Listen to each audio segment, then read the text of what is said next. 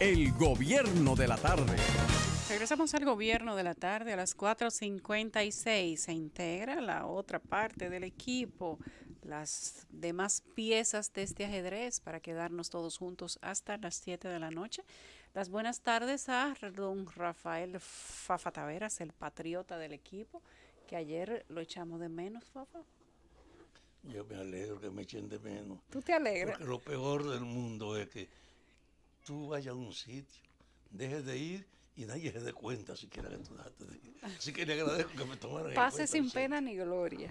Grande Fafa, que bueno, aquí te extrañamos, pero principalmente yo.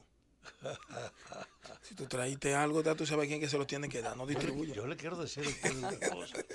Yo vivo diciendo que soy una persona muy afortunada, pero siempre agrego, yo he ayudado a mi suerte. Y uno de los recursos, de los elementos que me ha permitido sobrevivir ha sido los amigos, la solidaridad, el apoyo de personas que aún tú no lo estás esperando, lo necesitas y ellos parece que te estudiaron tu situación y se acuerdan a ti. Yo soy un hombre satisfecho con la vida y me alegro que ustedes ayer me extrañaran. Te extrañamos y mucho. Las buenas tardes también para Esteban Esteban Delgado, acabó contigo, pero tú sabes que yo estoy aquí. que se integra al equipo del Gobierno de la Tarde y se queda con nosotros hasta las 7. A ti también te estábamos extrañando, Esteban. Pero tú eres una traidora. Don Eddie Alcántara, don Fafa Taveras, bienvenido. Yulisa Céspedes, José Luis Mendoza, los amables oyentes, esta Z101, el Gobierno de la Tarde. Te oigo desde temprano hoy de Alcántara. Pasé por aquí y... Una información. Me llamaron cuando venía para acá para darme una noticia dolorosa, que el coronel Manuel Ramón García Germán, del Ejército, coronel Manuel Ramón García Germán, coronel constitucionalista, murió hoy en Santiago. Que lo van a traer a la capital y lo expondrán mañana a las 9 de la mañana en la funeraria del Abraham Lincoln y partirá a las 3 para sepultarlo en Santiago de los Caballeros.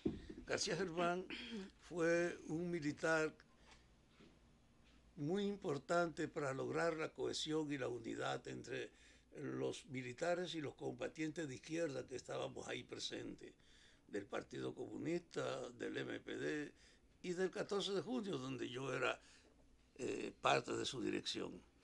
Y les reconozco que el apellido de Germán lo asociaba con Amaury y tenía una tradición de entendimiento y de hablar, era un buen mediador y favoreció mucho que rápidamente nos entendiéramos los militares y los civiles en la guerra.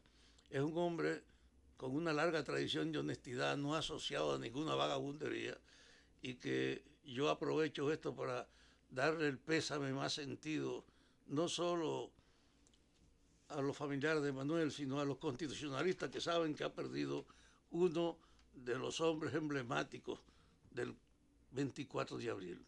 Y también quiero acusar recibo a la Fundación de Militares Constitucionalistas, que después de un cordial saludo, nuestra Fundación de Militares Constitucionalistas, con motivo de celebrarse el 54 aniversario de la Revolución y la Guerra Patria de abril de 1965, se complace en invitar al acto de reconocimiento que celebraremos en honor del coronel Mario Peña Taveras, por haber comenzado en aquella gloriosa gesta junto al personal que él dirigía en la jefatura del Estado Mayor del Ejército Nacional en aquel momento. Peña Taveras viajó desde Miami para asistir aquí a los actos y será situada en El Conde, frente a la estatua del coronel Camaño, situada en El Conde frente al altar de la patria.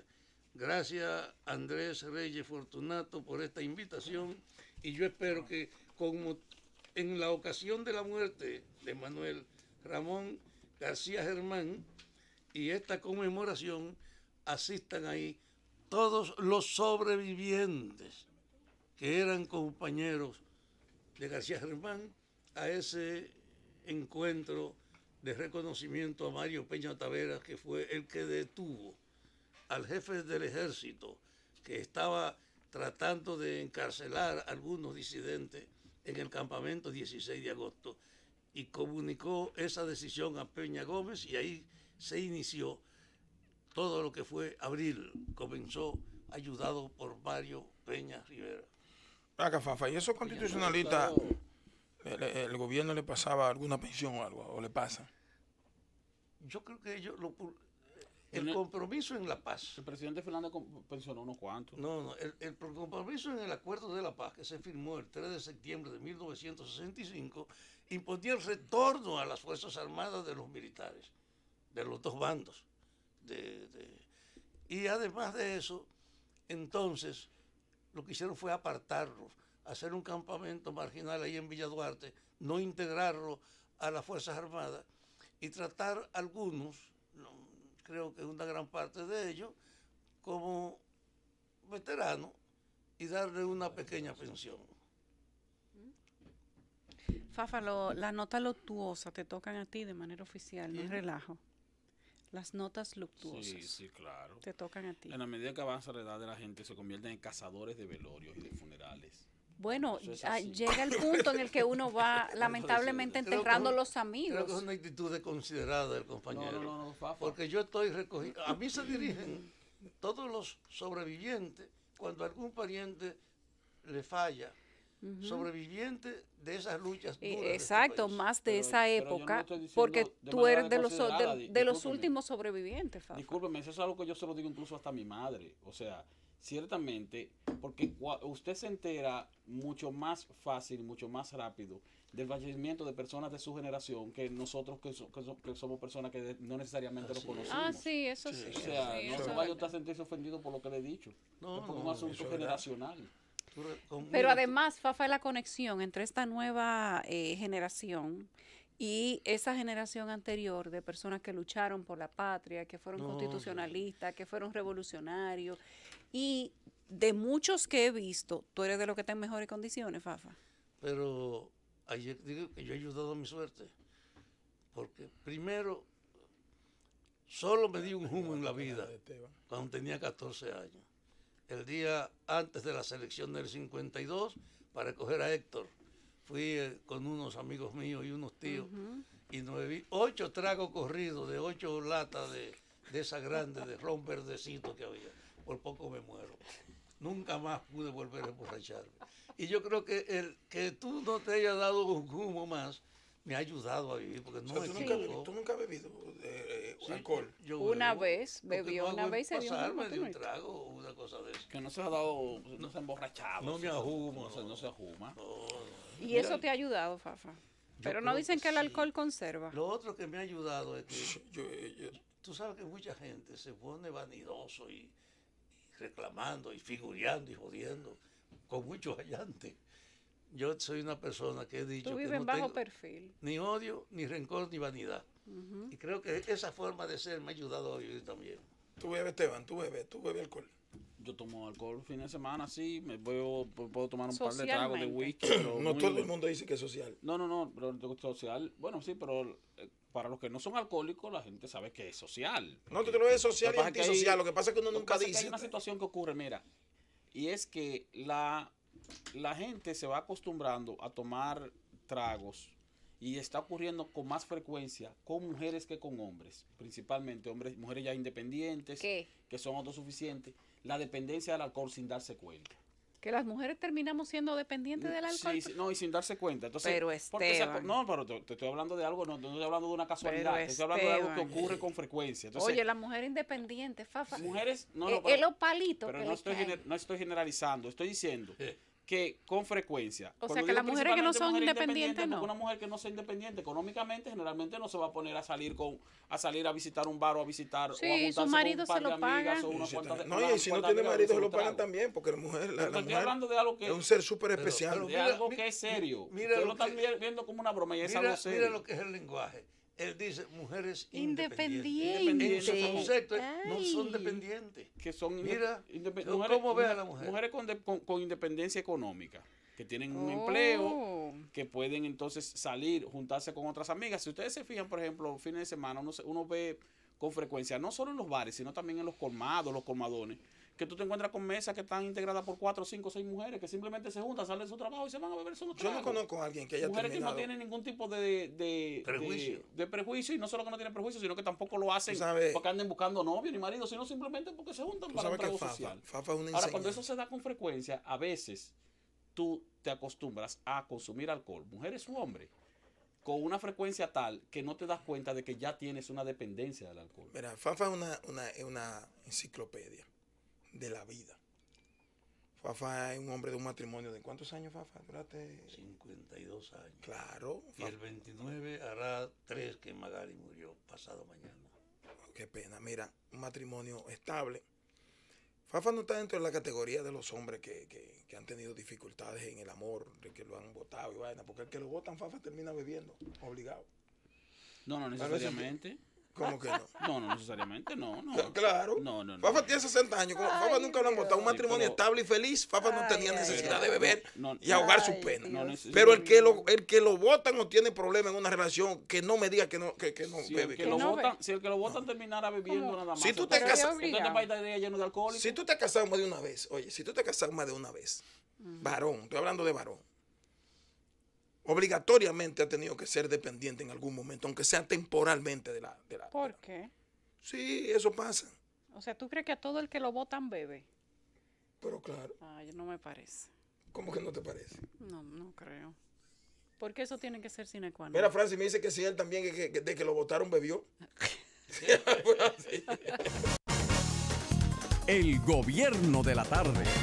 Regresamos al gobierno de la tarde. Recientemente nosotros habíamos comentado que se había convocado una licitación de urgencia. Se había declarado o se había hecho una declaración de emergencia para violar los procedimientos de licitación de compras y contrataciones públicas. Nada más y nada menos que para comprar habichuela con dulce o los ingredientes para comprar habichuelas con dulce para distribuirlo a personas de escasos recursos. Esto lo había hecho el Plan Social de la Presidencia. Sin duda que aquel anuncio fue escandaloso y el Plan Social no había dicho ni esta boca. Pero un país que se está endeudando permanentemente para compensar un presupuesto deficitario todos los años. O sea, ¿cree yo que el darle habichuela con dulce le resuelve un problema a nadie en este país? Bueno, pero más allá. Eso no era el problema. Más allá. ¿Cuál era el problema? La pregunta era. Lo que va a decir Yulisa Cepeda era el problema. Porque la pregunta era. De habichuela con dulce no es malo. Más allá de todo, era si había que hacer una declaratoria de emergencia. O si este año la Cuaresma o la Semana Santa llegó fuera de fecha o llegó de sorpresa, que ellos no sabían que iba a llegar. De emergencia para no tener que utilizar los procedimientos establecidos en la ley. Claro, para volarse la ley de competencia. Entonces ya tú sabes qué es lo que hay detrás de todo eso. La directora de Contrataciones Públicas declaró inválida esa convocatoria de licitación y declaratoria de urgencia por entender que precisamente eso no amerita una declaratoria de urgencia. No una emergencia nacional. No es una emergencia. No, y que dijo que se trata de algo insignificante. Que darle habichuela con dulce a la gente de escasos recursos no es una necesidad. Pero yo creo que las instituciones del Estado deben ser utilizadas para cosas que verdaderamente, cuando usted va a hacer uso de la benevolencia estatal, entre comillas, que no sea única y exclusivamente con fines electoreros, usted tiene que enfocar las necesidades reales que tiene la sociedad dominicana, específicamente los sectores que menos pueden. Sí, pero dame una tradición. No, pero no me hable de tradición, porque el que quiere la habichuela con dulce es una tradición. Está bien, pero el que quiere comer habichuela con dulce, por más pobre que sea. Está bien, pero eso no tiene oye, nada la hace. Si no quiere comer, aunque tú le des el kilo, no la va a hacer. El Plan Social de la Presidencia, dentro de sus atribuciones está eso. Incluso tú vas a los supermercados actualmente y te encuentras con los supermercados están vendiendo kits precisamente de eso, de habichuela con dulce, una funda. Pero lo compra aquí. No, pero perdóname, déjame hablarte. Donde aparece habichuela, azúcar, los ingredientes de una habichuela con dulce. Ahora, lo que hizo mal el Plan Social de la Presidencia, entiendo que fue el Plan Social de la Presidencia, fue pretender saltarse los procedimientos que establece la ley de contrataciones públicas mediante una declaración de urgencia o de emergencia de algo que no amerita ser declarado de emergencia. Ahora, el hecho mismo de comprar kits de preparación de habichuela con dulce para repartírselo a personas de escasos recursos, eso no tiene nada de malo. O sea, eso es algo que bien pudiera estar incluido en lo mismo de repartir kits de Semana Santa o de asuntos de medicamentos o de repartir kits de útiles escolares. O sea, eso no es no tiene nada de malo. Malo es que tú intentes violentar los procedimientos para precisamente hacer cualquier tipo de maniobra no acorde con lo que establece la ley. Por eso actuó correctamente doña Yocasta al invalidar esa convocatoria. Pero oiga una cosa, el Diario Libre dedica en su editorial de hoy a la política, explicando el proceso por lo que la noción comercial se ha ido imponiendo en la política, sobre todo después del 80, con el neoliberalismo y ese éxito que tuvo de tratar de que el Estado se pusiera al servicio del mercado, de que se entendiera que el poder político era para asegurar la dinámica general del mercado. Y eso hizo entonces que la política se pusiera en evidencia un contenido que a veces estaba oculto, otras veces con moderación, de que la política no es un servicio, no es un servicio, es un negocio, como lo ven. Ese hecho de tener que estar repartiendo canasta y paquete, tú dices, bueno, es un acto de caridad, tú no se lo puedes quitar, pero en el fondo es una forma de comprar la conciencia de los políticos. Un gran negocio. Y un gran negocio, primero, para los que lo abastecen al gobierno, y segundo, es una expresión que tiende a congraciarse con la gente por darle una parte miserable de asistencia. Tú sabes que es una vergüenza que aquí tengamos que desarrollar actos asistenciales de ese tipo, porque la gente no puede por sí mismo enfrentar las dificultades de la vida. Tú sabes que Fafa, yo siempre he sido crítico de la asistencia social que se dan, principalmente en este país, de la forma en que ellos la han desarrollado. Porque siempre he sido crítico de esa distribución. Aquí la mayoría de lo que hacen el gran negocio con ese tipo de asistencia son los intermediarios, no el beneficiario final. ¿Cuántos quintales de habichuela le compraron? No, pero solamente, mira, para hacerte un paralelismo con este tema de la habichuela. Por ejemplo, yo veo bien cuando la directora del plan social lleva un camión lleno de algún electrodoméstico necesario a una serie de hogares que necesitan una neverita para tomar agua fría, una estufa con un tanque de gas. Yo eso lo veo bien como plan de asistencia del Estado a gente que no tiene la condición económica para comprarlo. Pero cosas como esa, para que el Estado invierta dinero, para que al final no haya ningún beneficiario que no sea el comerciante y tal vez el que hace el papel de representante de alguna institución, por el porcentaje que deja eso. Solo se beneficia el que lo vende. Entonces, ¿qué pasa? Así también ocurre, Fafa, con esa asistencia, que muchos entienden que el seguro de vida que tienen quienes dirigen el Estado, del asunto de la tarjetica solidaridad, del bobo gas, del bobo esto, del bobo lo otro. Y yo he dicho así aquí siempre, que si usted va a esos barrios donde reciben eso, cuando colocan el dinero en la tarjetita, usted ve el intermediario retirando la totalidad del dinero de más de 200 y 300 tarjetas por intermediario, porque terminan los beneficiarios entregándola por un 30, un 40% de lo que se le coloca, antes de que se le coloque el dinero, porque no esperan. Entonces, el Estado tiene que hacer un levantamiento, un estudio y reenfocar el sistema, el plan de asistencia. Tiene que hacerlo así. Porque de lo contrario, ricos aquellos que son intermediarios no van a sacar de la pobreza ni le van a resolver un problema a la gente que no puede. Lo están convirtiendo en indigente porque lo coloca en una escala de descalificado para optar por cualquier crédito y poder por sí mismo crear iniciativas para solventarse. Y eso todavía no terminan quienes tienen, quienes sustentan el apadrinamiento de ese plan, de entenderlo. Tiene que haber otro tipo de asistencia que le permita a los que menos pueden beneficiarse de la inversión que hace el Estado en eso. Porque no es verdad que se están beneficiando. Y si lo hacen es mínimamente con cosas que no es verdad que les resuelven su problema. Cuando viene a veces el número que tienen de gente computada que salió de la pobreza. Y cuando van inclusive, que consiguen un trabajito y quieren sacar un televisorcito, no se lo fían.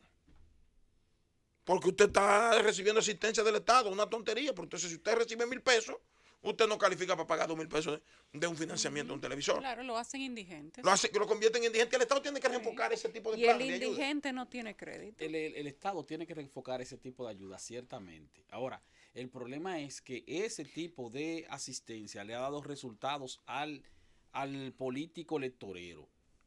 Es una decisión. Al PLD. No, bueno, el PLD que está en el poder. Pero Sí, que, eso mismo. Como le dio resultado también al político, no, a los políticos como del le dio PLD. resultado a Balaguer también cuando repartía bufundita, y como le dio resultado también a Hipólito Mejía cuando tenía la tarjeta, que incluso el autor de la tarjeta Solidaridad precisamente es Hipólito Mejía. Ahora yo lo que digo es... Pero el quien tiene que como- pensar en que no va a tener crédito y en cómo le afecta esto de manera económica, el que recibe la tarjeta Sí, Solidaridad. pero sin embargo el que recibe esa tarjeta no tiene la capacidad para pensar en eso. Y O sea, probablemente ciertamente lo que menos los- necesite sea un crédito. Los mecanismos de asistencia social que aplican nuestros gobernantes son mecanismos de asistencia social politiquera. De eso no hay Electorales. duda. Ahora, eso se sigue aplicando y se sigue haciendo porque todavía continúa dando un buen resultado en términos de captación de votos.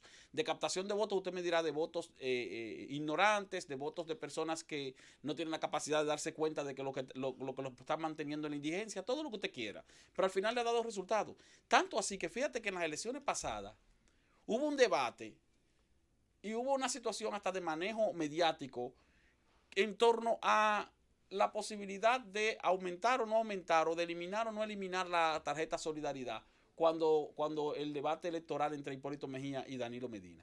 Tanto así que incluso cuando el candidato fue Luis Abinader no se atrevió a hablar de ese tema porque sabe que al final esto le resta votos y entonces tiene que manejarse con cierta delicadeza. Un candidato responsable o un presidente responsable bien pudiera decir, bueno, señores, yo voy a eliminar ese tipo de asistencialismo y voy a elaborar un mecanismo mediante el cual podamos generar empleos, microempleos en zonas rurales donde las personas pobres puedan recibir una remuneración de manera digna a cambio de un servicio que han de ofrecerle directo o indirecto a la sociedad.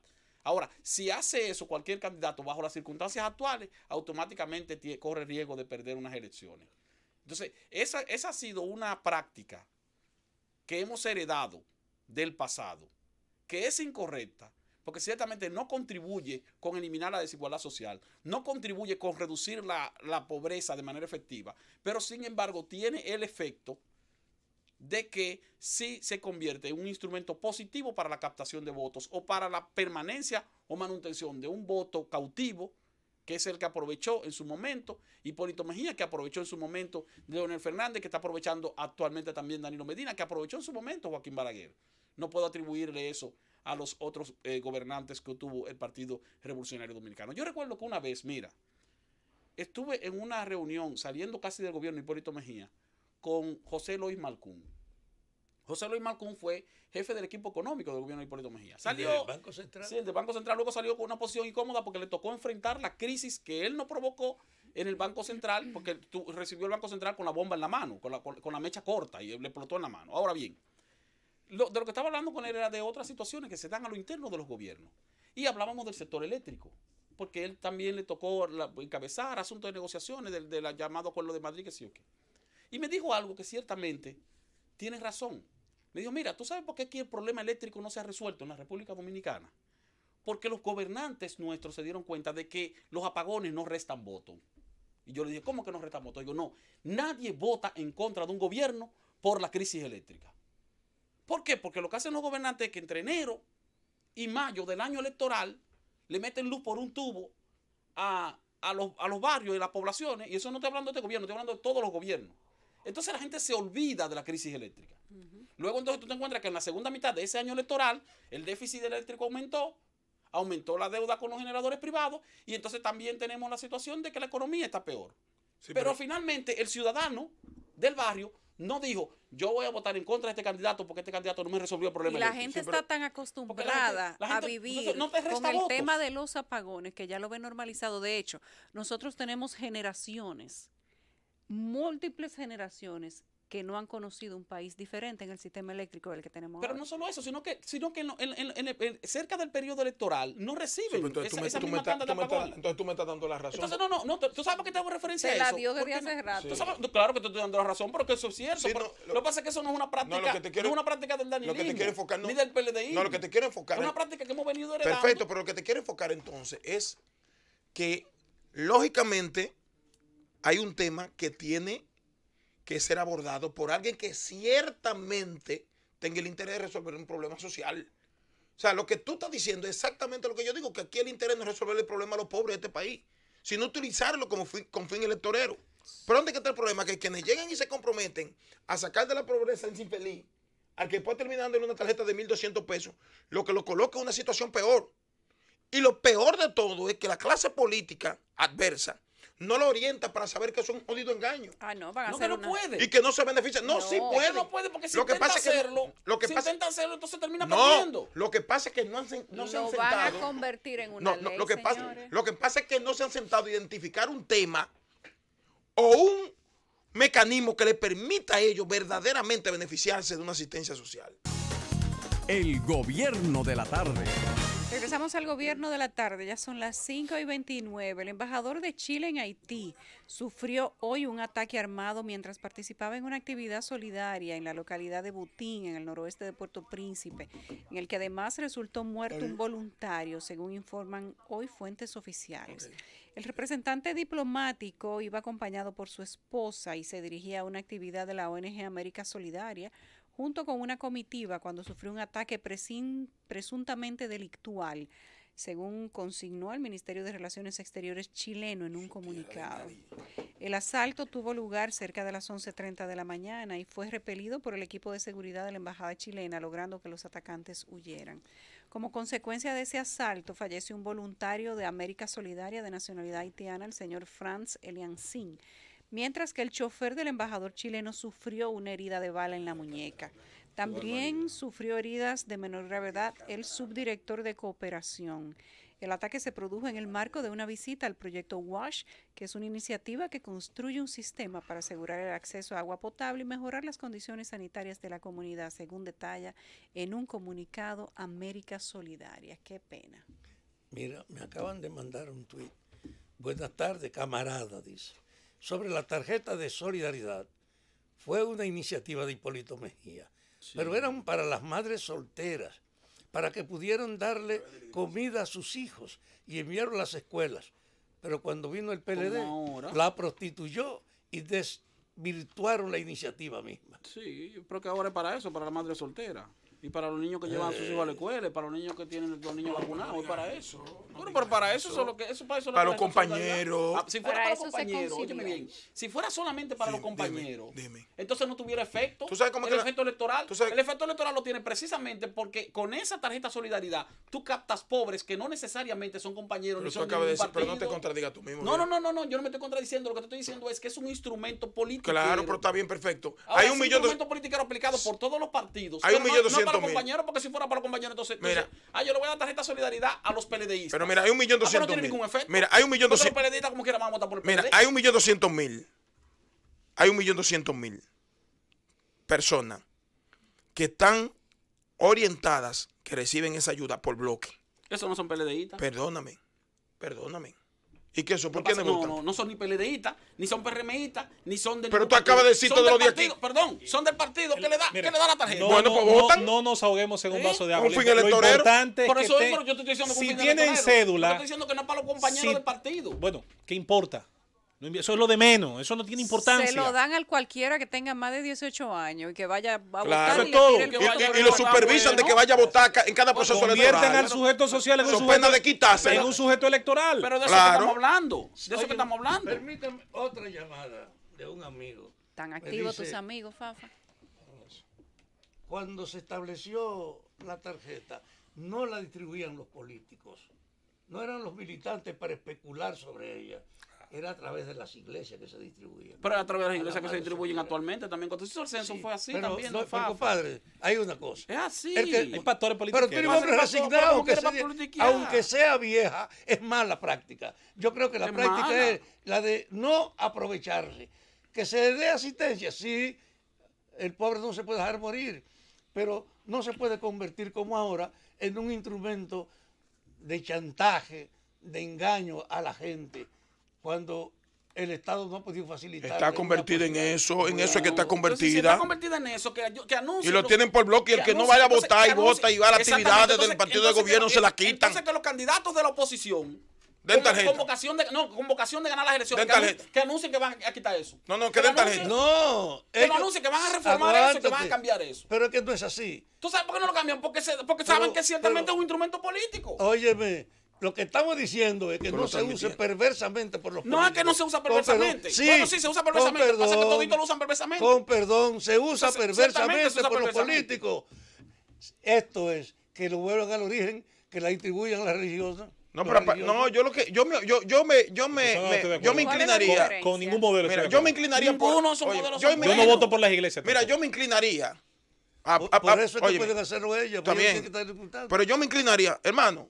Aquí todo el mundo dice, y ellos mismos que comienzan con 1.200.000 votos, y a partir de ahí que hay que comenzar a contarle. Claro. Ento- Pero por eso. Pero mi hermano, Es por eso, porque tienen 1.200.000 Está votos bien, seguros. está bien. Está perfecto. defendiendo un problema de la No, yo no corrupción estoy política. defendiendo. Sí. Yo le estoy No diciendo. discutan, que señores. tradición. No discutan hasta cuándo Fafa. coinciden, señores. Usted está confundido, Fafa, porque estamos coincidiendo. Yo lo que le estoy diciendo es, porque yo nunca he estado de acuerdo con ese mecanismo. Lo que estoy diciendo es que ese No, él está- mecanismo le ha dado resultado a los políticos. él está Lamentablemente. sí, lo que Lo que le ha pasa- dado resultados continúan con eso. Sí, no, no, Miren, Esa es la continuación de la fundita. Pero no lo Sí, hace. de la misma fundita. Tú lo estás Miren, heredando de hace 40 pasa- años. Señores, los tres Una están barbaridad. diciendo lo mismo. Mira, lo que pasa es que los Sí. tres estamos aquí diciendo lo mismo. Ahora, ¿qué es lo que Lo que nosotros- pasa es que tú quieres achacárselo al PLD. No, ¿qué es lo que yo estoy Y no a la criticando? clase política nacional. No, lo que yo estoy criticando, hermano mío, mira, yo, independientemente de fundita o no fundita, yo soy crítico de todo lo que nos sirve, no importa qué gobierno se haya hecho.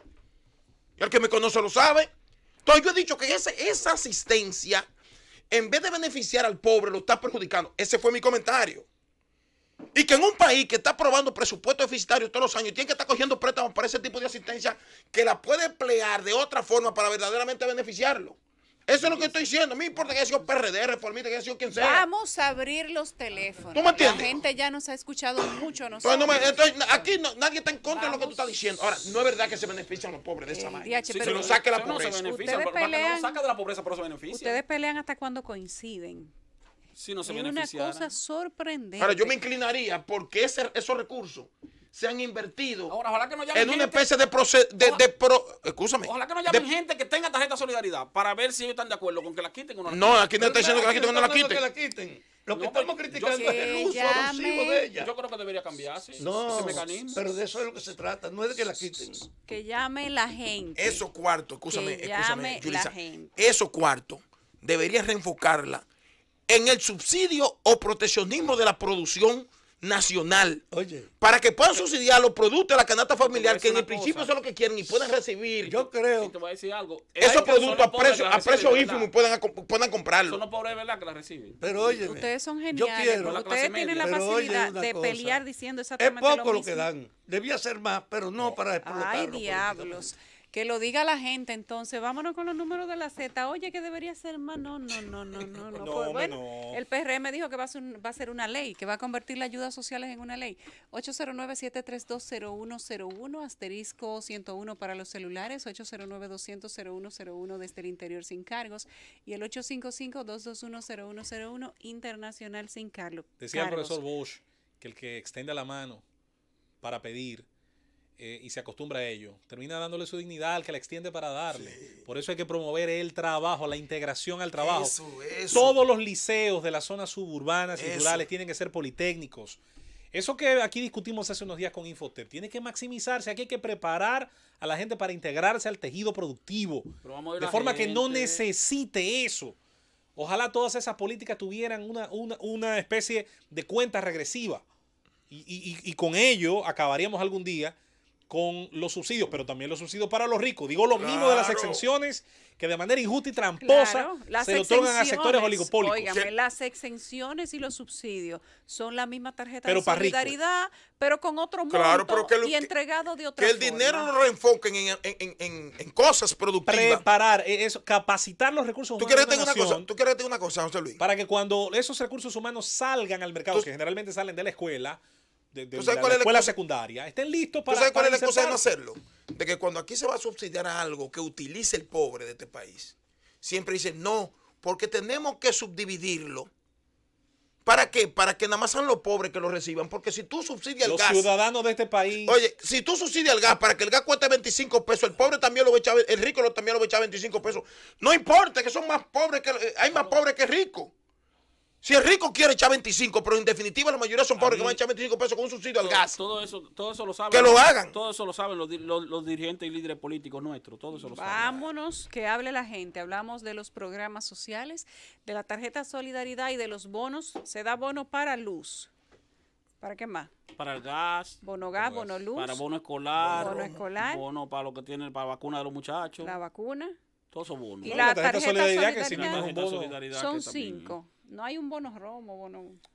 No, Deben haber en la más. práctica. Pero pregúntale a los oyentes. Pero se cambia porque Sí, tú se la cambia dejas por en el dinero en colmado. efectivo. Que por los oyentes se Eso ponen es la igual. cosa. Vámonos con la gente. ¿Usted qué opina? Sí, buenas. Adelante. También hay un bono romo, un bono juca, todo eso. Yo no estoy de acuerdo que no den nada de eso.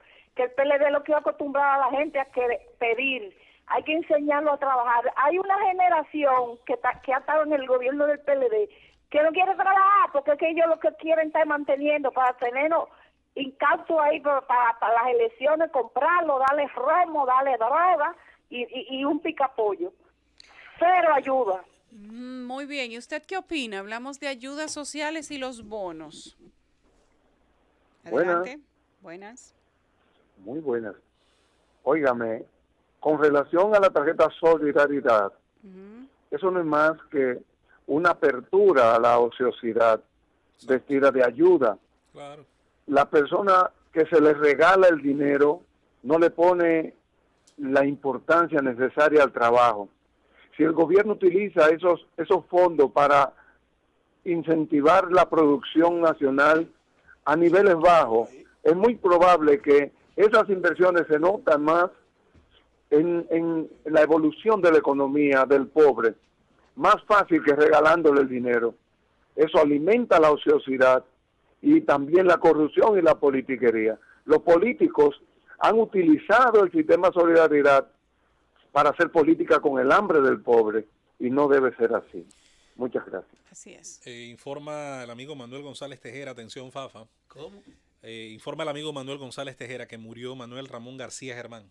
Yo lo dije. Perfecto, está bien. Claro, Fafa asume Fue su compañero mío. función fielmente. Mira. Fafa, dile que las notas luctuosas son responsabilidad. Cuando a alguien le ponen un yeso, por ejemplo, le enyesan un brazo o una pierna, al final del periodo en el que el médico dice que debe permanecer el yeso, usted compara una extremidad con otra y usted notará la disminución de su masa muscular porque los músculos se atrofian.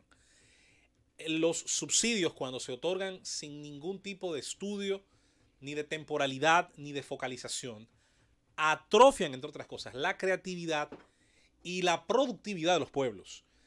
Terminan premiando al que carece, terminan diciéndole, eres pobre, te premio por ser pobre. ¿Qué va a hacer el pobre? Seguir siéndolo, ejercerlo como profesión. No pretenderá, y es una pena que una parte de la población, su comportamiento avala esta tesis, no pretende salir de allí porque se convierte en un tobogán para que deslizándose a través de él le lleguen las cosas que necesita. Y eso es precisamente lo que hay que revertir, focalizar las ayudas, que éstas lleguen casi siempre en formas que tengan que ser utilizadas para su fin, de manera directa. Por ejemplo, la medicina, aun cuando también en otros países se ha comprobado que muchas veces las ayudas en estos sentidos también se terminan traficando, revendiendo, casi siempre tienen que ser focalizadas a quien las necesita. Es difícil intercambiarlas por otros bienes, aunque pasa, no digo que no pase. Pero el subsidio por lo general, como se ha utilizado en nuestro sistema político, señores, pervierte la idea de que es a través del trabajo y la superación y la integración a través de las oportunidades que la gente puede superar su presencia dentro del estadio de la pobreza y la miseria. El gobierno de la tarde. Regresamos al gobierno de la tarde, son las 5:46. Recuerden que estamos pendientes de las entrevistas del Consejo Nacional de la Magistratura que se iniciaron hoy a cerca de las 10 de la mañana a los nuevos aspirantes para llenar las vacantes a la Suprema Corte de Justicia. En una nota diferente, al iniciar la jornada, el presidente Danilo Medina exigió respeto para los entrevistados, a los miembros del Consejo Nacional de la Magistratura. Aquí tenemos el audio. ¿Por qué se tuvo que pedir respeto? Si no... Gracias, buenas tardes. Hasta este momento el Consejo Nacional de la Magistratura ha ¿Por qué tenía que pedir respeto para los miembros del Consejo Nacional si de él la pidió Magistratura? respeto para los miembros del Consejo o respeto de parte de los miembros. No, para los miembros del Consejo. Si no le faltan el respeto a los miembros del Consejo. Eddie Alcántara. Yo entendía que él había pedido respeto de parte de los miembros del Consejo. Sí, de parte de los miembros del Consejo para los entrevistados. Eso fue lo que él pidió. Oigan, si fue eso lo que pidió, entonces una admisión de que los miembros del Consejo han respetado. Una información. Esto está brillante hoy. Hay que oír bien eso. Una información que tiene trascendencia para mí en cuanto a la conciencia cívica en este país. Protesta en las filas de la policía en reclamo de ascenso. Y el vocero de la policía dijo, no es un acto de indisciplina. Todo el mundo tiene derecho a buscársela. Todo el mundo tiene derecho. Es una muestra. Yo he estado insistiendo que hay que organizar una discusión, un debate, un foro acerca del papel de la policía en el mundo de hoy, para que no nos extrañemos de que en las condiciones actuales que está la remuneración de los policías, muchos usan su autoridad para buscar lo que no le dan oficialmente a ellos para vivir. Y por eso hay que discutir el problema. Esa acción de que un grupo protestara porque tiene más del tiempo que reglamentariamente se le exige para ser promovido y no lo hicieron. Y desde ese punto de vista la gente cree entonces que son las hinchabaduras las que promueven los ascensos, no son las reglas. Y en ese orden se produjo un reclamo en la institución que no pudo ocultarse. Y yo creo que es un buen indicador. Este país no puede estar en el atraso donde la policía y los guardias no pueden votar. Es decir, no son ciudadanos. Y dos, no le pagan lo que deben para que ellos se dediquen a cumplir su servicio y no a aprovechar su rango y su uniforme para buscársela, como dice el encargado de prensa de la policía. Hay una alerta en eso, Protesta en las filas de la policía en reclamo de ascenso. La próxima va a ser en reclamo de mejores condiciones de vida para un agente.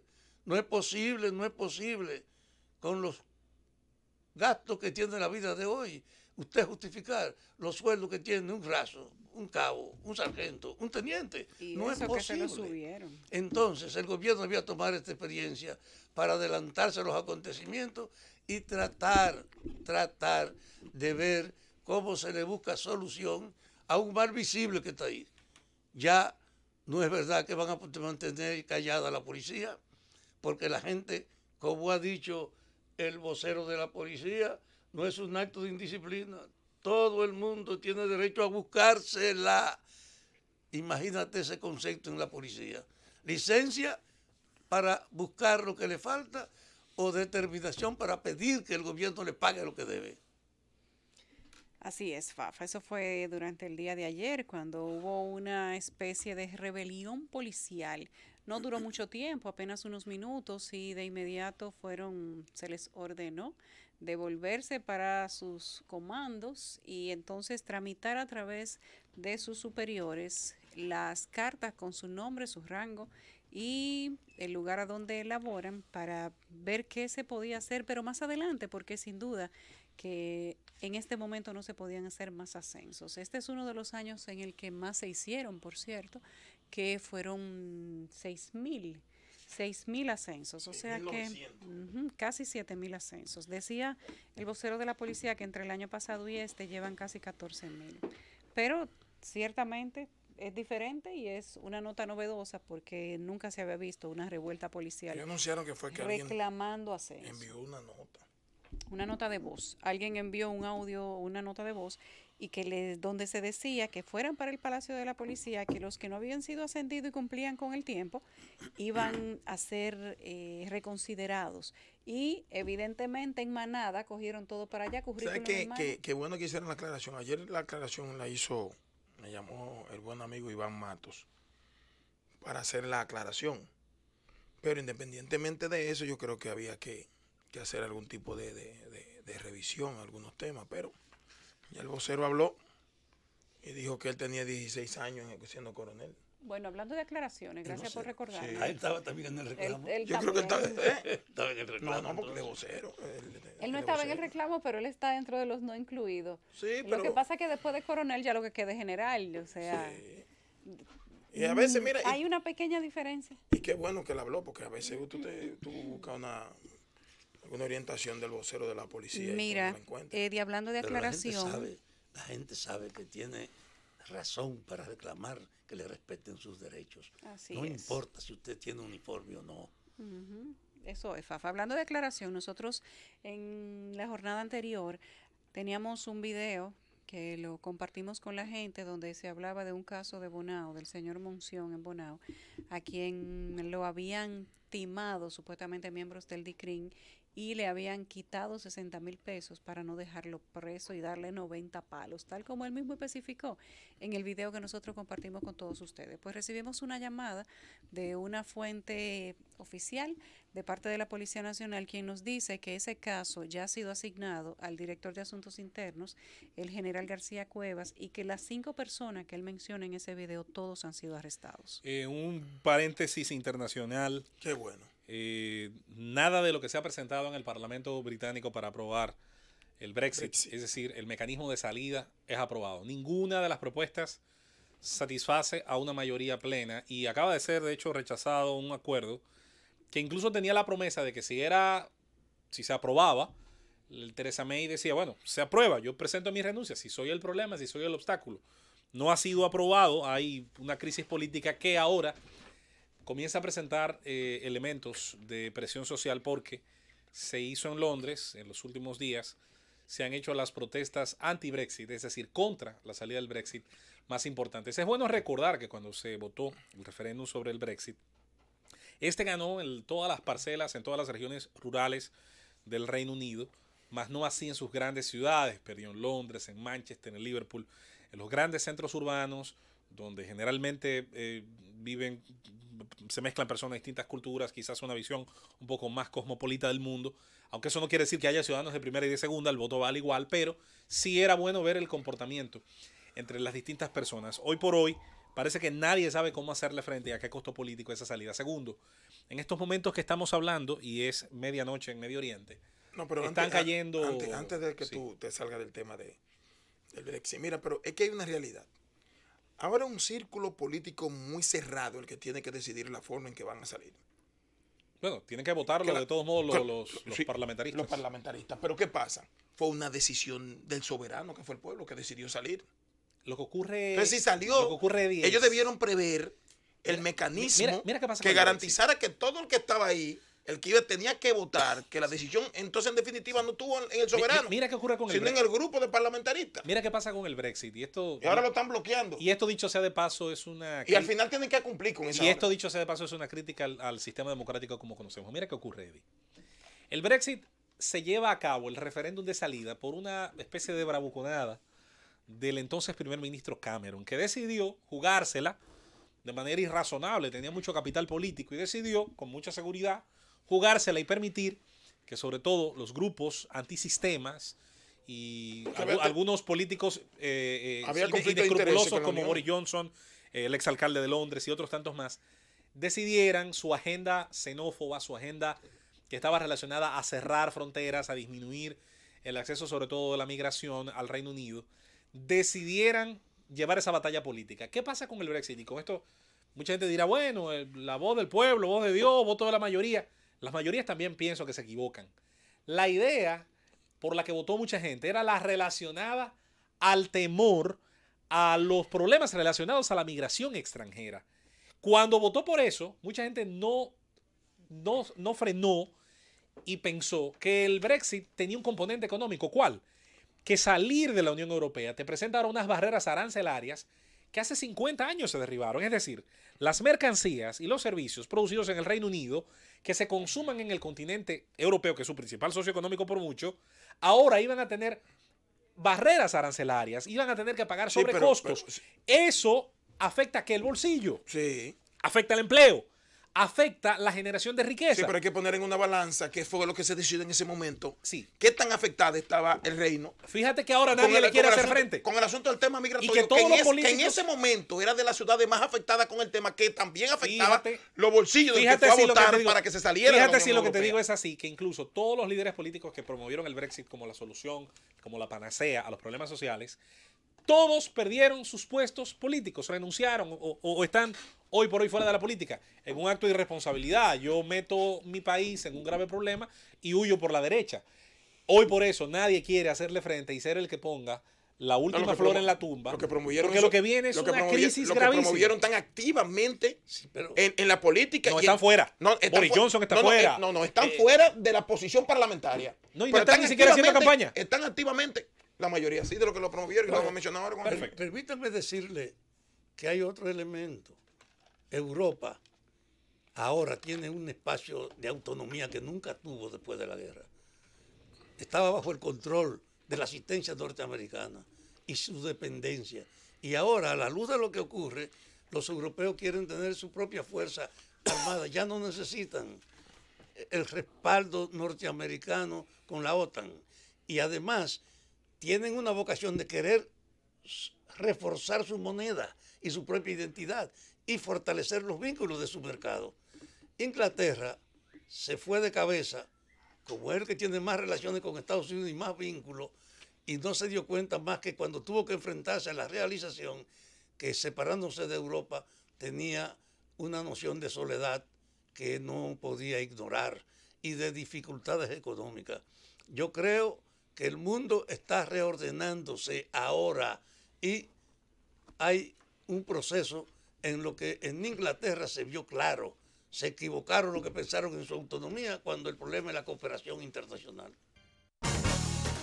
El gobierno de la tarde. Pasamos al gobierno de la tarde. Vamos a iniciar con los comentarios de todos los miembros del equipo. Y el primero es de Eddie Alcántara. El segundo es de Eddie Alcántara. Mira, yo quería hacer mención o referencia de lo que dijo hoy el presidente del Consejo de Administración de la Refinería Dominicana de Petróleo.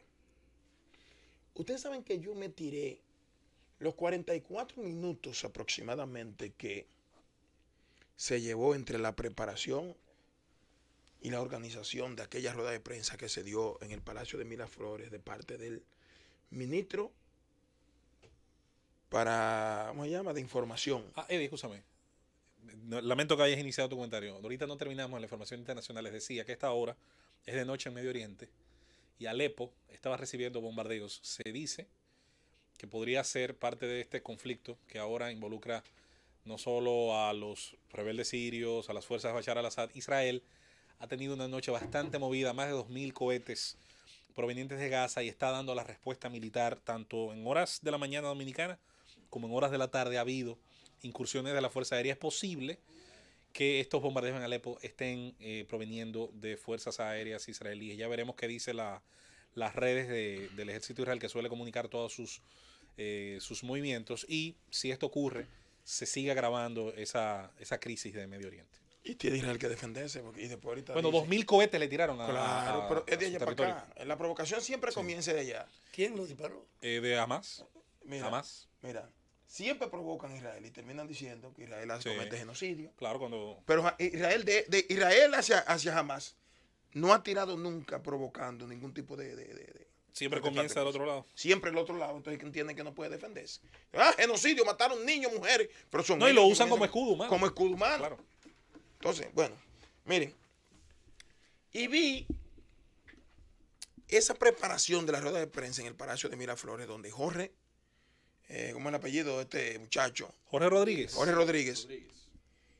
Hacía referencia a que la República Dominicana estaba dentro de un plan orquestado para robarle a Venezuela a través de un familiar o pariente o amigo del presidente interino Guaidó de $1.000 millones, justificando el por qué no recibían los ingresos que tenían que provenir de la refinería dominicana de petróleo porque ellos son socios con el 49%. Y presentó una serie de fotografías y acusó directamente a la República Dominicana de ser cómplice de eso que se orquestó para estafar al Estado venezolano con 1.000 millones de dólares.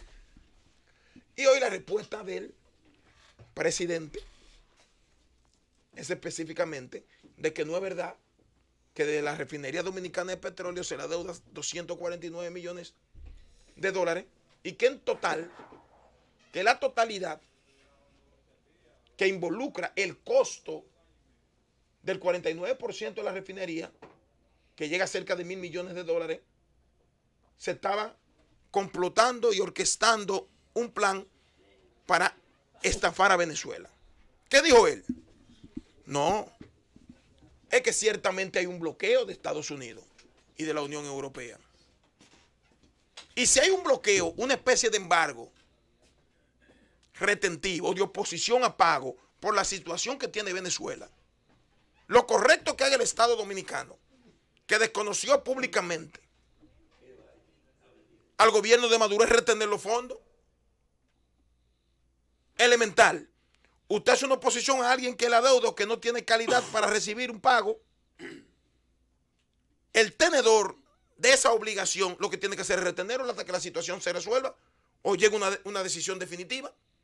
El Estado Dominicano está haciendo lo correcto.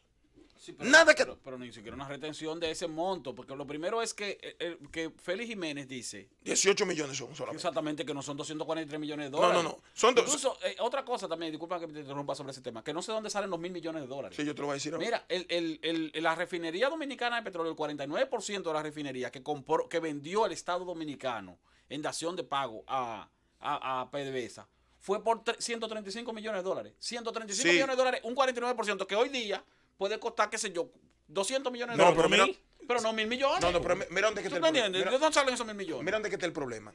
El problema está en lo siguiente. En que ellos armaron toda una novela, una película, para tratar de involucrar a la República Dominicana, porque como ya en el país no quiere hacerse cómplice de la vagabundería de Venezuela, que nos puso de mojiganga a todo, incluyendo el presidente, para un supuesto diálogo que en el fondo ellos sabían que no se iba a producir absolutamente nada y que no íbamos a tener resultados. Ahora crea un muñeco para tratar de justificar el déficit de ingresos que tiene a través de la sociedad que hay aquí, con la refinería dominicana de petróleo. ¿Y qué pasa? El Estado está haciendo lo correcto. Los 18 millones de dólares que tiene que reembolsarle por los beneficios de la refinería a Venezuela, que para mí fue un mal negocio también, el entregar el 49% a Venezuela, no puede entregárselo al gobierno de Maduro. Pero ¿qué dijo el Felucho Jiménez? Sí, con relación a la venta, que es de donde ellos están sacando el otro excedente para completar cerca de 1.000 millones de dólares, porque se había hablado el presidente Maduro con Danilo Medina para tratar el presidente en una cumbre de renegociar ese 49% para que Venezuela saliera de esa sociedad. Y Maduro quedó en enviar unos representantes del gobierno que tienen 17 semanas que no llegan. Y yo quiero decirle a Felucho, primero, que yo estoy de acuerdo con lo que ellos plantean, con lo que plantea el Estado Dominicano, que esa sinvergüenza no es verdad que pueden transferirle los recursos, los beneficios de Petrocaribe. Sí, pero también, discúlpame que te interrumpa otra vez. Félix Jiménez dijo que ese dinero se está depositando en una cuenta. Sí, eso. En una cuenta que tampoco se le está entregando a Guaidó, a ninguna de las partes. Está bien, pero hasta que se resuelva el problema eso yo lo dije. Eso yo lo dije. Entonces, ¿qué pasa? Bien el Estado que lo está haciendo así, que no puede entregar el dinero a esos sinvergüenza. Eso está correcto. Por el contrario, Guaidó, si es reconocido, debe entregárselo, si es reconocido por el Estado. Lo que pasa es que la crítica que hemos hecho siempre aquí, el Estado Dominicano no ha reconocido de forma afirmativa a Guaidó como presidente interino. Si no, hubiese tenido que hacerle entrega. Ahora, ¿qué va a hacer Guaidó con los cuartos? ¿Para pagar qué? No puede hacer entrega tampoco. Por eso, por lo mismo Alcántara. Si no, entonces, si no, Estados Unidos le hiciera también entrega a Guaidó de miles de millones de dólares. No se lo entrega porque él no tiene aparato burocrático en Venezuela. Entonces, República Dominicana también hace bien en no Pero si lo tuviera, al que había que entregarle el dinero es a Guaidó. Pero está bien, la República Dominicana no lo ha reconocido tampoco. Ahora, no podemos decir que el Estado Dominicano tiene 17 semanas para sentarse con el gobierno de Maduro, como se acordó en esa cumbre, para negociar el 49%. Porque si usted no le entrega los fondos, que no tiene que entregárselos esos bandidos, de 18 millones de dólares acumulados por los beneficios de la refinería, tampoco ellos tienen calidad para sentarse a negociar lo que le corresponde a Venezuela como sociedad en la refinería dominicana de petróleo. No importa que pasen 30 semanas. Maduro no tiene calidad para enviar a nadie aquí a negociar eso. O sea, no podemos decir que todavía estamos esperando los 17 semanas. No, es que no pueden venir a hacerlo. Usted le está reteniendo correctamente los fondos. Porque no puede entregárselo. No puede erogárselo. Pero también usted tiene que tener claro de que Maduro no puede enviar a nadie para acá y que negociar ese porcentaje de sociedad del 49% de la refinería. O sea, no es de que lo estamos esperando y van 17 semanas, no es que no pueden venir. La situación de Venezuela hay que esperar que se resuelva. Y cuando ya la situación de Venezuela se resuelve, entonces el Estado Dominicano tiene que transferirle y erogar los fondos a Venezuela que le corresponden.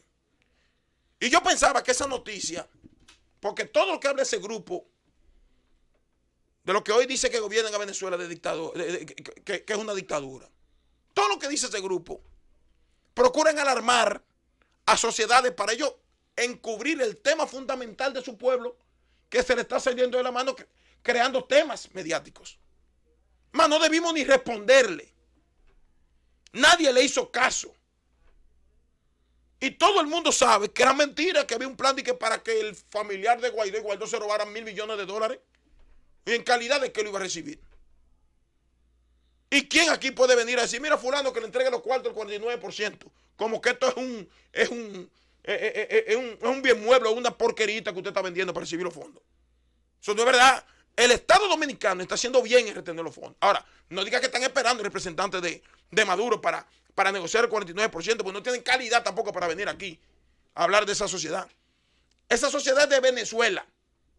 Y el presidente interino es Guaidó. Y como usted le está reteniendo correctísimamente a Maduro y su grupo de ciudadanos que han asaltado ese pueblo, los fondos, no le hable de que ellos tienen que venir aquí a buscar nada. Porque eso tarde o temprano va a tener que terminar, que ellos no aguantan la presión. Usted no ve el apagón del 90%, ellos dicen que es un 35%. El 90% de Venezuela está apagada. Porque no hay posibilidades de darle el mantenimiento correcto que ameritaba hace mucho tiempo el sistema eléctrico y de distribución de Venezuela. El país está en una situación que hasta ellos mismos saben que no pueden controlarlo. Y están jugando al mediatismo, al milagro que gente como ellos saben que no van a obtener. Y por eso, hoy Venezuela está como está. Saludo la respuesta, que yo entiendo que era innecesaria, pero tampoco abrir brechas ni posibilidades de que pueden venir sectores representantes del madurismo al país a hablar de una posible negociación del 49%, que ya han pasado 17 semanas después de la conversación entre Danilo Medina y Nicolás Maduro. Aquí no tiene nada que buscar esa dictadura que ha instaurado en Venezuela con relación a lo que tiene Venezuela en la República Dominicana. Tiene que estar retenida hasta que el tema se resuelva. Sociedad en la refinería, los fondos que producen los beneficios que genera esa sociedad. Y no hay deuda de Petrocaribe porque los últimos despachos de combustible que hizo Venezuela era despachado en caja inmediatamente por la necesidad que tenía Venezuela. Aquí no hay deuda con Venezuela. El gobierno de la tarde.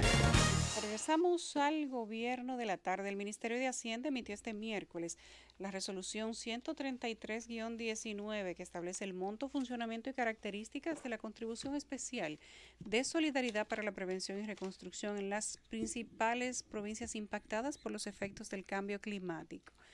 A través de esta normativa, la institución da cumplimiento a lo dispuesto en el artículo 19 de la Ley 61-18, que aprueba el presupuesto general del Estado 2019, cuyo contenido dispone la sustitución del beneficio a la inversión en terminales de importación de gas licuado de petróleo por una contribución especial para asistir a las provincias impactadas por el cambio climático.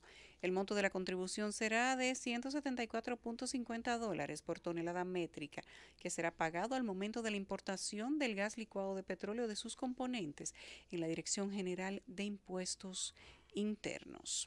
Continuamos con los comentarios y es momento ahora de escuchar a Esteban Delgado.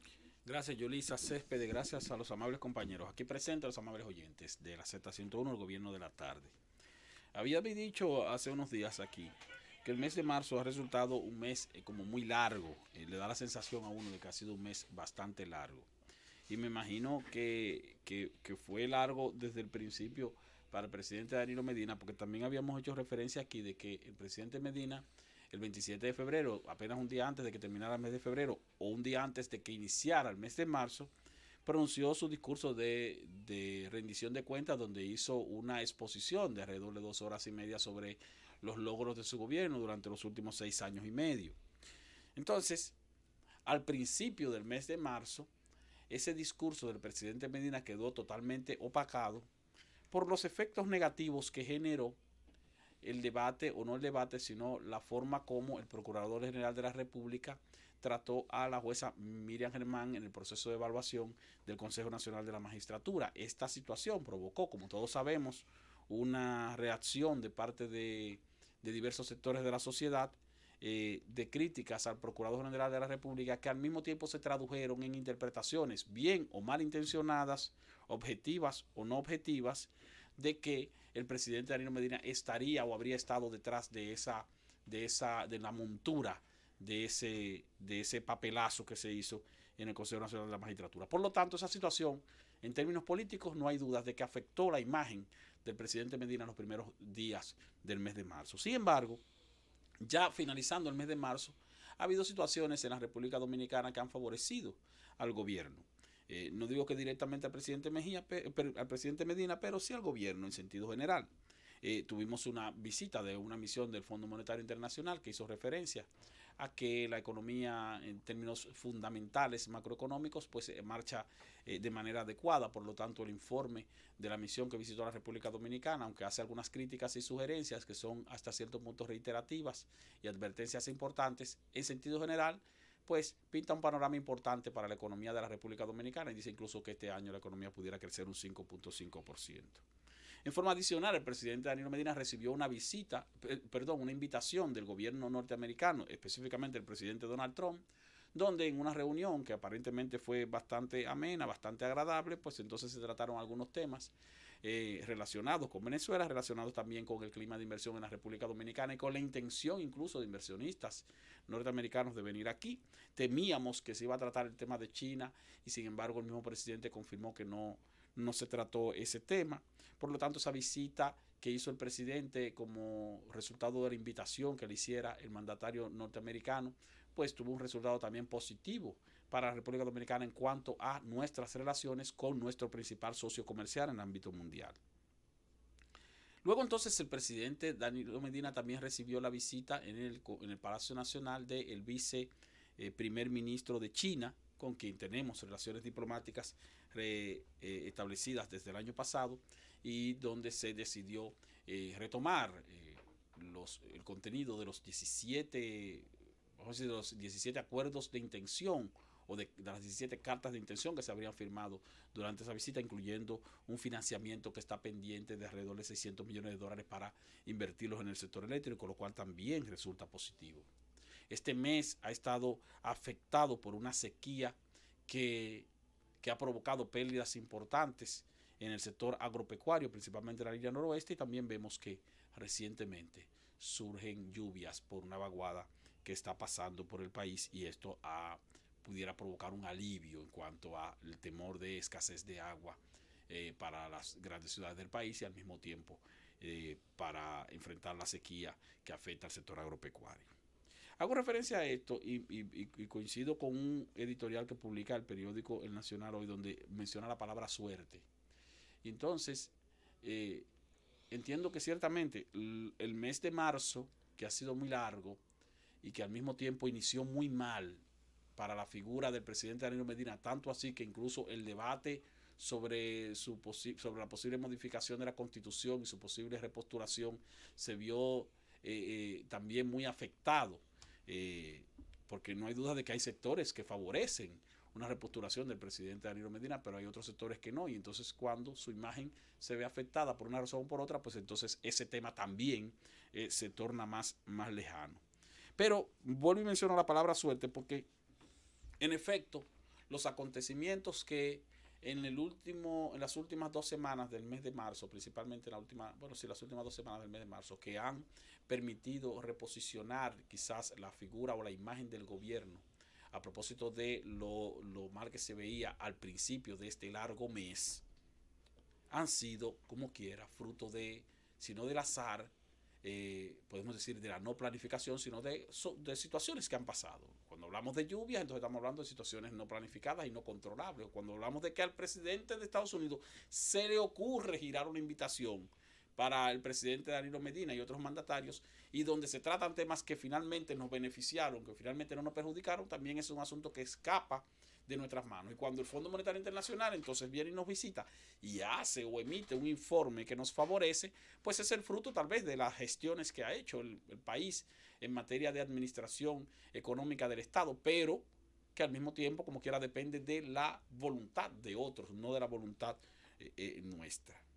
Y la exhortación es que lo ideal sería que los aspectos positivos que surgen en torno a la gestión del presidente Danilo Medina, en torno a la gestión del gobierno, que cuando hablamos de gestión de gobierno, entonces estamos hablando de la gestión que ha de beneficiar a todo el pueblo dominicano de manera directa o indirecta, independientemente de las simpatías que se tenga con el gobierno de turno.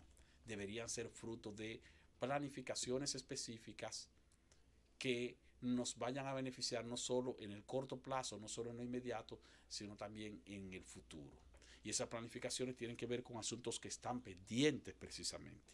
Asuntos como el pacto eléctrico que se ha quedado a medio talle, o asuntos como el necesario o la necesaria discusión para un pacto fiscal profundo que precisamente coincide con la sugerencia del Fondo Monetario Internacional en procura de identificar mecanismos mediante los cuales podamos reducir la evasión, mediante los cuales podamos aumentar las recaudaciones del Estado, mediante los cuales pueda mejorar la calidad del gasto público, porque hay mucha distorsión en ese aspecto, mediante los cuales se puedan revisar, no precisamente para eliminarlas, sino para eficientizarlas, las exenciones fiscales que concede el Estado dominicano a los sectores productivos de la República Dominicana, y mediante los cuales entonces se pueda detener el creciente déficit fiscal que afecta al país y que obliga al Estado dominicano a recurrir al camino más corto, que es el camino del endeudamiento, para poder cuadrar el presupuesto cada año. Entonces se necesita de la voluntad política,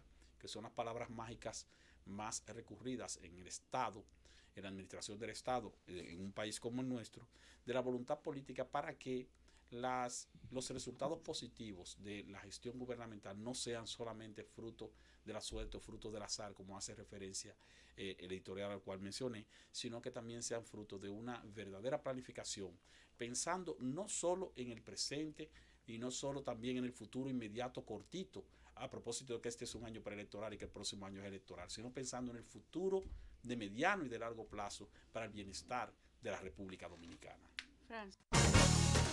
El gobierno de la tarde.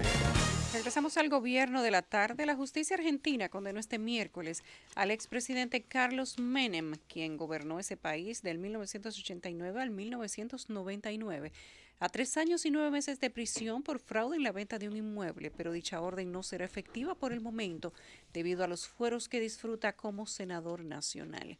Asimismo, el exministro de Economía, Domingo Cavallo, también ha sido condenado a 3 años y 6 meses de cárcel por ser partícipe del delito de peculado y ha sido inhabilitado de por vida para ejercer un cargo público. Escuchamos ahora el comentario de don Rafael Fafa Taveras. Gracias, Yulisa. Ayer, usando los servicios de un taxi, me encontré con un conductor joven que dice que es seguidor de este espacio y que su familia también lo son, y me pidió que le saludara a su madre y a su hermana desde aquí. Yo cumplo con saludar, porque son fieles oyentes, a Carmen Vargas y a Miguel Díaz. Una de las cosas que tiene este programa es precisamente la posibilidad que tiene la gente del pueblo, pura y simplemente del pueblo, de encontrar un espacio aquí, tanto para exponer sus puntos de vista como para que aquí también respetemos sus solicitudes. El arrastre de diputados y senadores divide a legisladores. ¿Cuál es la importancia de ese tema? Imagínense que aquí decimos que tenemos una democracia precaria todavía, muy precaria. En una sociedad donde la corrupción no ha podido ser abordada, no ha podido ser abordada la corrupción, ni la impunidad tampoco, donde hay una noción de la justicia como ineficaz, como no creíble, y donde para pensar en el futuro hay que pensar en cómo lograr precisamente limitar la corrupción y limitar la impunidad. También cómo podemos lograr una justicia que sea respetada de verdad. Entonces, en una sociedad que no tiene instituciones definidas y que está bajo el azote de estos problemas, se está discutiendo que la rata de diputados y senadores que divide a los legisladores. Y es una de las muestras de cómo los intereses particulares se sobreponen a la responsabilidad real en la que debían estar todos ellos comprometidos. Y digo esto porque el país tiene tres poderes, el ejecutivo y el legislativo, que son hijos de la elección y participación del público, de los ciudadanos. Y luego la justicia, que estamos diciendo que no puede ignorarse, está secuestrada porque en vez de ser elegida por alguna representación global del país, está hecha para que los que ganen en las elecciones generales, el Ejecutivo y el Congreso, impongan los abogados y jueces que le convengan, no lo que el país necesita. Y desde ese punto de vista hemos estado mamoneando y necesitamos cambiar esa situación. Y los senadores, que es la Cámara Alta, aunque teóricamente son dos cámaras, uno sabe que los senadores, por ser menos concursantes, menos senadores que en la Cámara de Diputados, ese hecho hace que sea tal vez más trascendente ser senador, porque el senador es el que representa toda la provincia y el diputado es elegido en alguna circunscripción.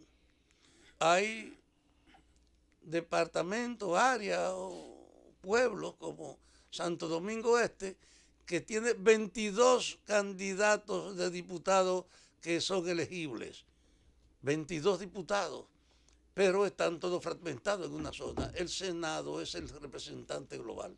Y es contradictorio que siendo el representante global no se escoja, no se vote por él. Y desde ese punto de vista los senadores están felices, no quieren que lo cuestionen en este orden. Usted se imagina que un senador puede lograr, hasta sin hacer campaña, salir de senador, porque él va a ser el resultado del balance de los partidos en cuanto a quienes votaron por sus candidatos. Y si en una provincia la suma de los que votaron de un partido es superior a todos, entonces el senador de ese partido va. Es una cosa seria, que teniendo un cargo de más responsabilidad, sin embargo, sea resultado indirecto y no directo del voto de la población. Yo creo que parte de esas cosas deben ser superadas. Ahora está en discusión el arrastre porque el PRM, el Partido Revolucionario Moderno, depositó en la Junta una solicitud de que se revise el problema del voto de arrastre, que efectivamente el regidor, el síndico, el diputado y el senador estén en boletas particulares para que escojan efectivamente, no a través de otros, sino porque se lo ganen, a ese representante del pueblo.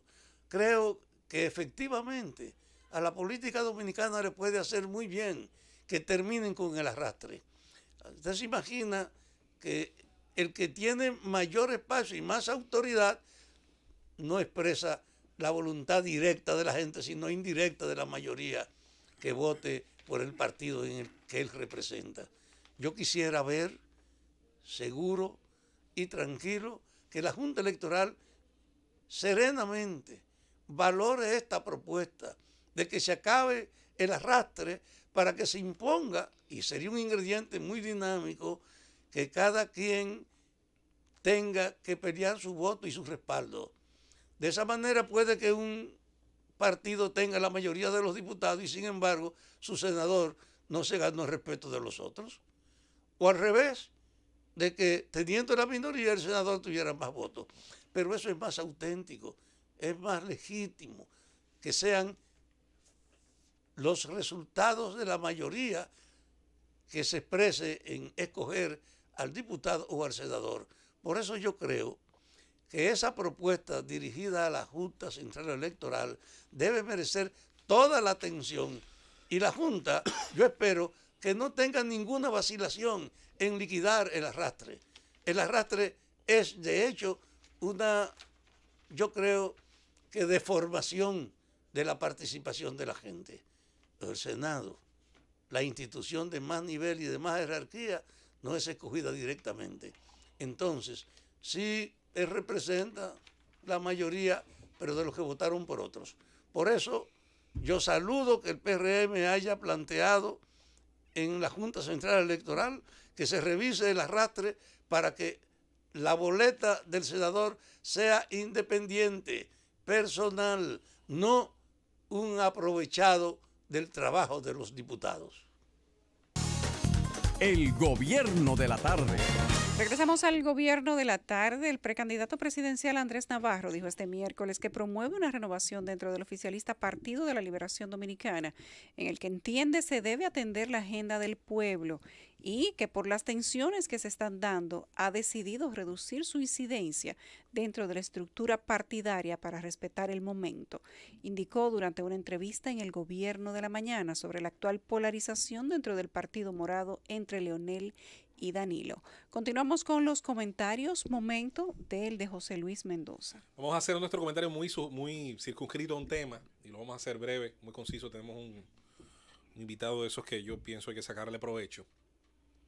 Y lo voy a hacer hoy como reclamo, un reclamo que creo justo, necesario y sobre todo que se adapta a parte de las inversiones que se están haciendo al día de hoy con los bienes que genera la riqueza de los ciudadanos, eso que llamamos erario. Es bueno recordar que de ahí es que viene. El Estado no genera riqueza, toma la que otros generan sobre la base del trabajo, el libre intercambio. Se endeuda a nombre de nosotros, somos nosotros que pagamos la fiesta, aunque no bailemos en ella, no comamos y nos alimentemos muchas veces del fruto de ese endeudamiento. La región sur, como todos saben o sospechan o han tenido muchas veces en sus manos los números, es la que siempre arroja en todas las mediciones los peores índices en relación al desarrollo humano y a una serie de elementos y variables. Tenemos de las 10 provincias más pobres del país, hasta hace poco eran 8, no sé si eso ha variado. Ojalá hubiera variado, no creo realmente que haya variado en los últimos tiempos. El tema relacionado al embarazo de adolescentes, siempre cito el caso de Azua, la provincia donde vengo, y lo mal que salimos siempre medidos. Y eso ocurre, entre otras cosas, por la falta de una serie de políticas, por la falta de la implementación de una serie de programas que hace muchísimo tiempo han estado en las manos de los burócratas y donde hace muchísimo tiempo organizaciones han colaborado, cooperado, pero siempre con un límite a la hora de producir resultados. Hoy vengo a hablar de una de esas políticas y es esencialmente la de salud. La región sur, señores, no tiene un hospital traumatológico. Los hospitales traumatológicos en República Dominicana esencialmente suplen una gran necesidad y es la que generan los múltiples accidentes viales que todos los días ocurren y que ocurren en una gran cantidad de casos relacionados a la variable de las motocicletas. Si usted quiere, puede sintetizarlo. Dentro de las causas que hacen necesarios los hospitales especializados en traumatología, los accidentes de motor son la mayor causa. La presencia de la motocicleta como medio de transporte masivo, mayoritario incluso en algunas regiones, es específicamente en la región sur, algo que todo el que se ha acercado a los pueblos, a los municipios grandes, medianos, pequeños, a toda esta zona rural, sabe que el joven que probablemente no logró culminar su formación académica, quizás ni siquiera en los niveles de secundaria, y para el cual no existen posibilidades de acercarse a escuelas de oficios, a escuelas de aprendizaje técnico, montarse en una motocicleta se convierte muchas veces en una de las pocas oportunidades para tratar de llevar el pan de cada día a su hogar.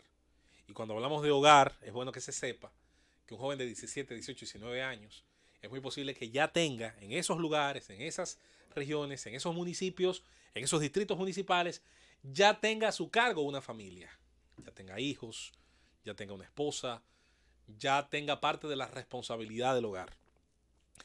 Todos los días, el Hospital Regional Taiwán, y quiero colocar la parte del nombre regional entre comillas, el Hospital Taiwán, hecho con fondos, una parte de los fondos donados por el gobierno de ese país mientras manteníamos relaciones oficiales.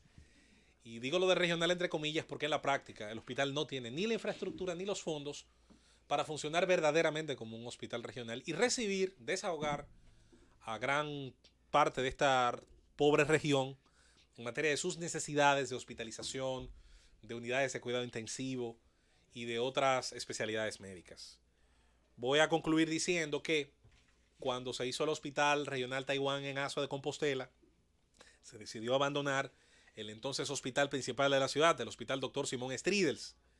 En el Hospital Simón Stridels, lo que se hizo fue construir en una parte de él un centro de diagnóstico. Y eso está muy bien, yo lo apoyo.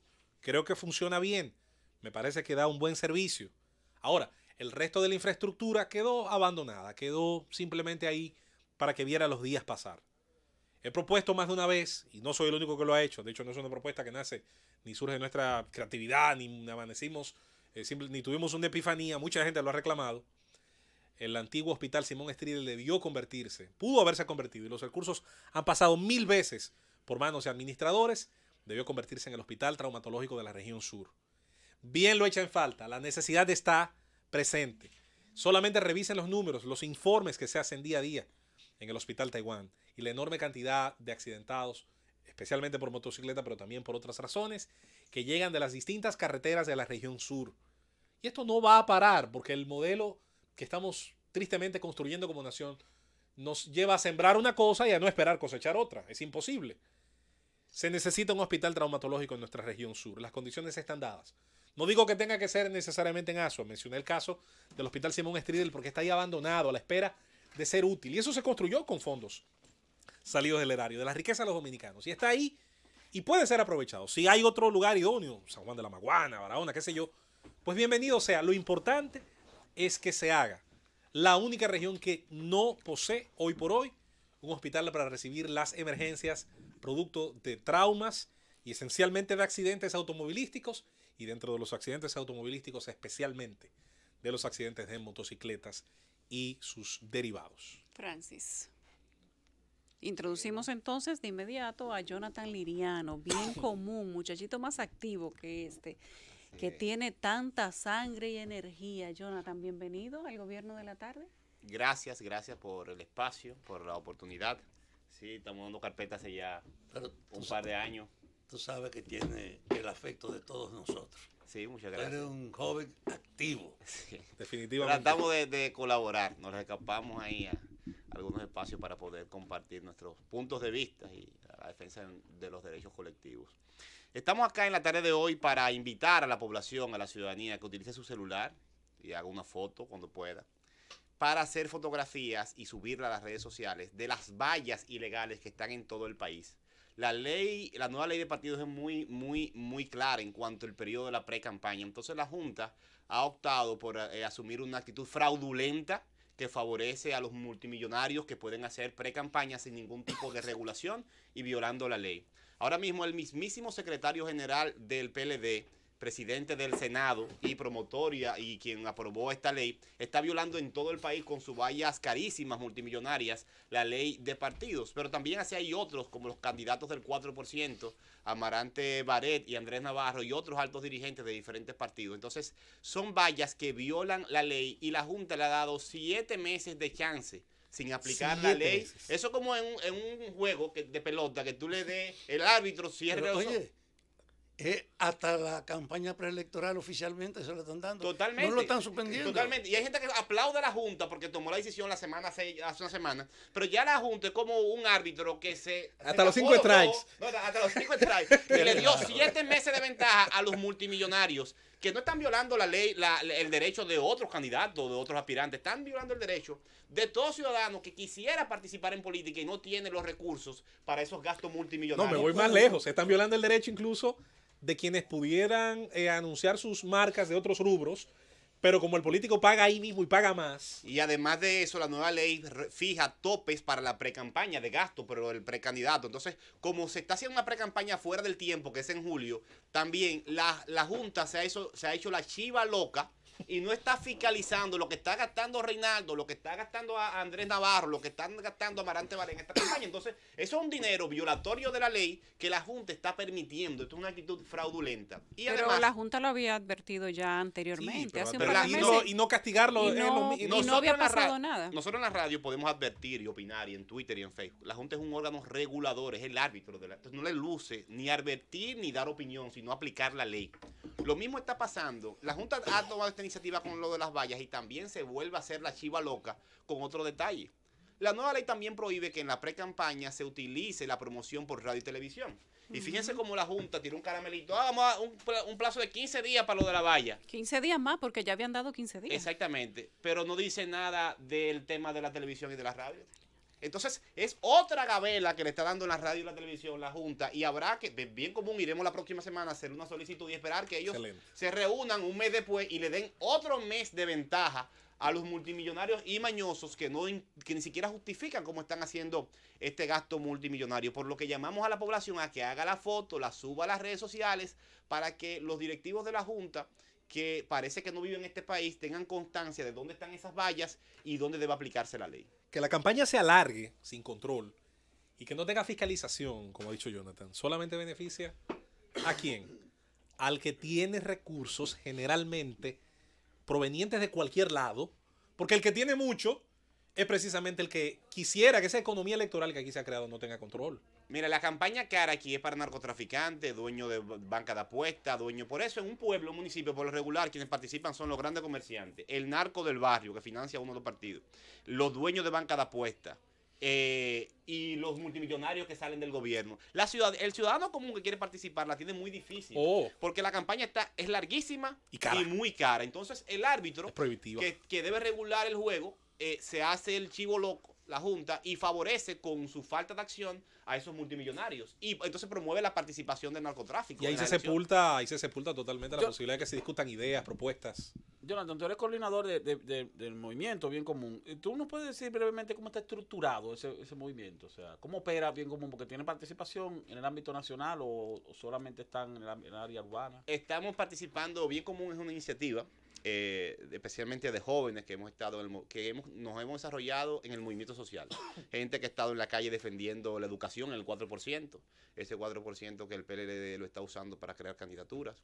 Gente que ha estado en la defensa de los haitises, de Loma Miranda. Y el tema municipal. Y el tema municipal, que recientemente estuvimos defendiendo nuestros derechos y reclamando el fin de la impunidad en el movimiento Marcha Verde. Estuvimos ahí de lleno.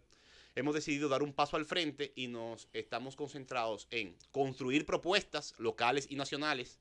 Vamos a presentar próximamente 20 propuestas para el 2020. Promover nuevos liderazgos en diferentes comunidades, también municipios.